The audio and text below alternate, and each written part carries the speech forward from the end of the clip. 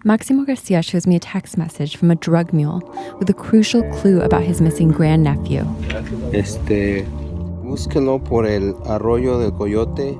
Look for him in the Coyote Arroyo, near the border, where there's some fencing. Corrales. Marco Antonio Garcia vanished crossing the border weeks ago. A drug mule using Garcia's phone said he'd found the young man's body and phone in the Arizona desert. These men have volunteered to search for him. We'll be hiking along one of the most dangerous smuggling routes near the U.S Mexico border. The men have let me come document the search on my iPhone. We are now starting our search for Marco Antonio.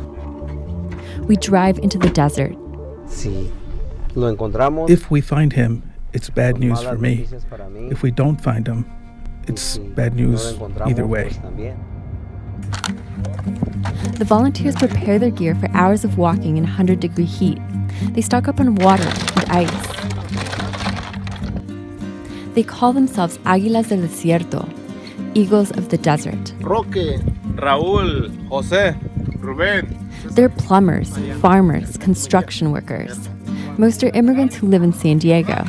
They spend their weekends rescuing migrants or recovering their bodies as far away as Arizona.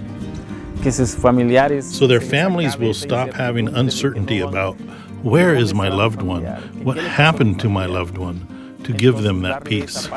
We walk into the desert.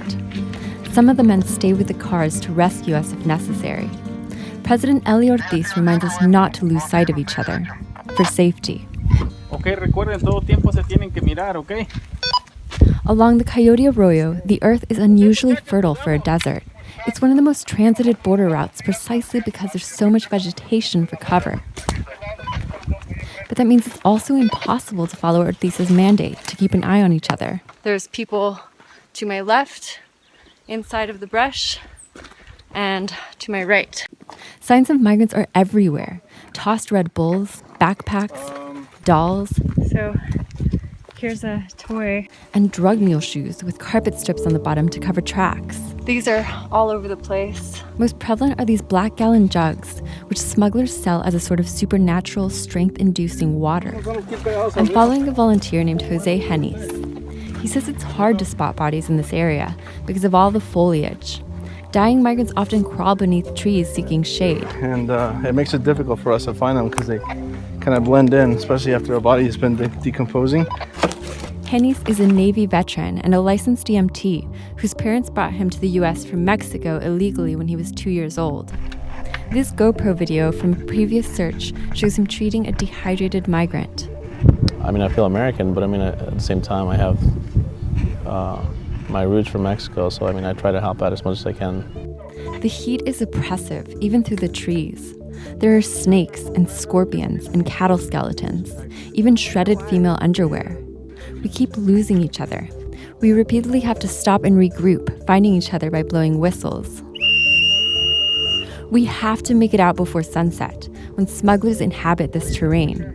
But we're not covering nearly enough ground. If anything, we've done 1 miles. We press on. Hennis and I find a Bible crawling with insects.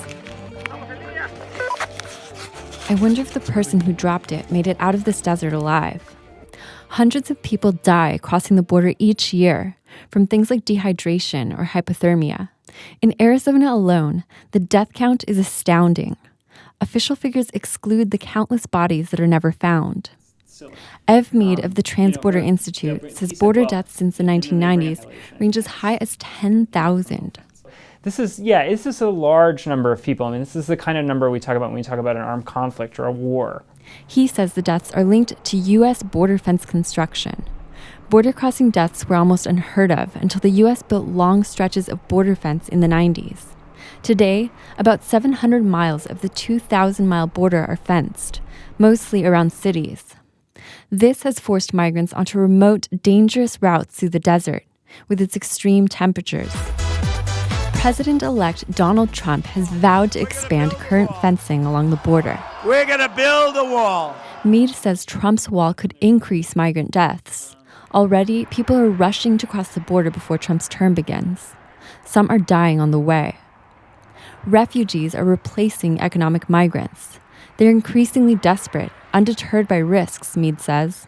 If Trump manages to secure the entire land border against the expectations of engineers, Meade says migrants will turn to the Gulf of Mexico or the Pacific Ocean, leading to mass migrant drownings like we're seeing in the Mediterranean.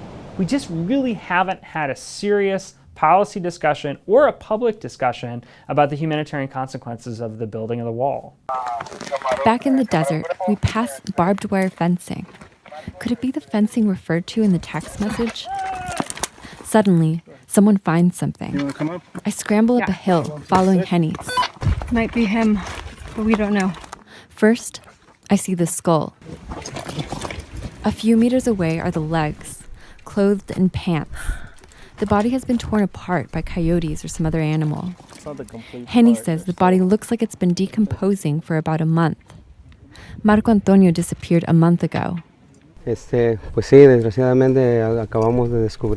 Unfortunately, we just found remains of a human being. We're going to investigate to see if it's him. Garcia calls his relatives to tell them what we found. Location, it's literally exactly about 10 meters off the arroyo. The Aguilas get to work. They can't touch the body. It could be a crime scene. They note the coordinates of the remains, which they'll share with local police. Officials will pick up the body and take it to the medical examiner for DNA analyses. The men improvise a marker out of a balloon they find to help officials spot the body. Back at the vehicles, Garcia thanks the Aguilas for the search. He says they were the only people willing to help him. Jean Guerrero, KPBS News.